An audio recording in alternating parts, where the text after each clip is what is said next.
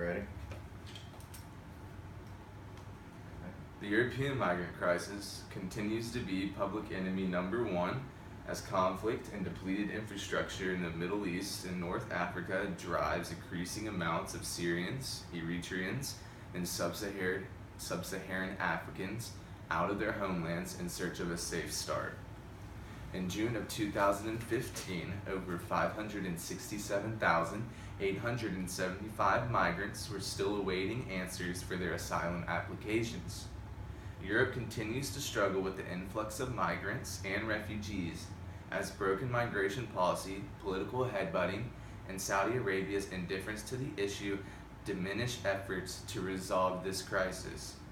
With improved cooperation and aid from Saudi Arabia, revamped and revised immigration policy, and sustainable refugee and asylum centers in the Middle East and North Africa, the European Union can resolve this migration crisis in a clear, effective, and humane way. The help of Saudi financial aid and diplomatic influence in the region can bolster the infrastructure and civil services of Jordan, Egypt, and Iraq. Leaders have begun to wonder why Saudi Arabia has done little to help with the aid or financial problems plaguing the refugee and migrant crisis. While Saudi Arabia has allowed over 500,000 Syrians to enter the nation on a working basis, they have let almost no Syrians in on asylum status. There are other ways for the Saudis to get involved and set an example for reparations in the war-torn and exhausted region. Investing financially in these undeveloped and corrupt nations will produce dividends for the Saudis economically. With the addition of Saudi support, it could create a domino effect with other Gulf nations. Seeing the commitment of Saudi Arabia to proactively combat this crisis will empower other nations to increase their own efforts. With the help of the Saudis proactively supporting the nations around Syria, the EU can move to establish and conduct the same kind of support in other hotspots of North Africa, Italy, and Greece. Besides the exodus through Turkey to Europe, another popular jumping stone is North Africa. Migrants often rely on human traffickers to make the journey across the Mediterranean.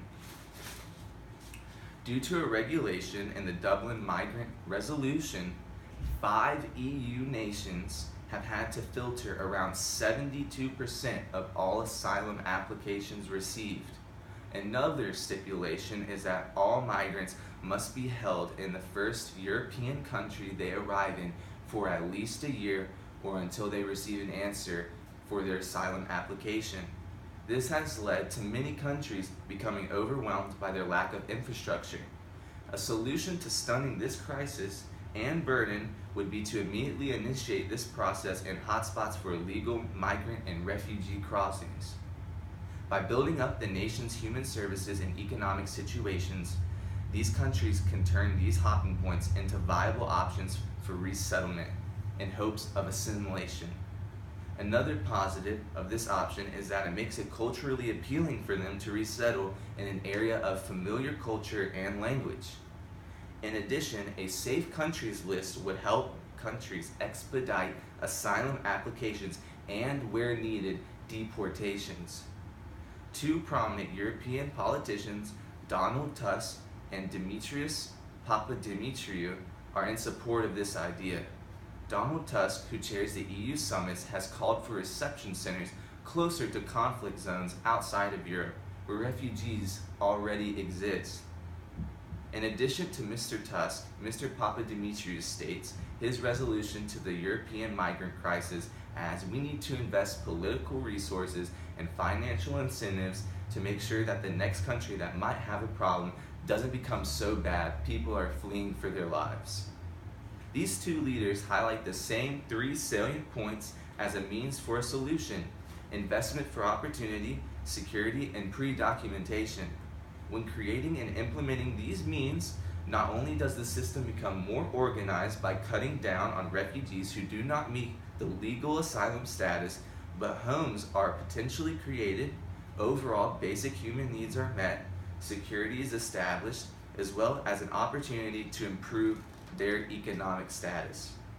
Due to Lebanon, Jordan, Turkey, and Egypt receiving the brunt of this migration crisis, they will have to receive a large portion of this support. Corruption is a concerning issue that has plagued these countries. How will all the financial resources necessary to create an environment of change and support reach its final destination intact? Critics ask. According to transparency.org, Jordan ranks number 45th, Turkey at 66, Lebanon at 123, and Egypt at 88. With rankings like these, it is a very valid concern. A major condition of success for this plan is hands-on work. The EU and Gulf nations have to take a direct and intense role when combating this migration issue. Whether it comes to building the centers or financially bankrolling their own projects and humanitarian aid at the other nation's consent, it has to be done. A benefit from such an involved role would be increased transparency of expenditures and economic growth they can monitor. Governments would be able to recognize what they have and where they have it, furtherly increasing the organization required to effectively combat this problem. Jobs will be created as rebuilding will be key for this region's future. By oversight and a direct level of involvement, the financial aid granted to Turkey, Jordan, Lebanon, and Egypt will be used to maximum potential without the adverse effects of corruption. The application of these methods and efforts will allow these migrants to reestablish their lives and homes. They will have the opportunity to immediately be a part of a productive reestablishment movement without having to travel half the world over. I would like to thank my audience, Caroline, my sister, my father, my mom for filming, and Nan and TK for tuning in on Skype. Have a good day.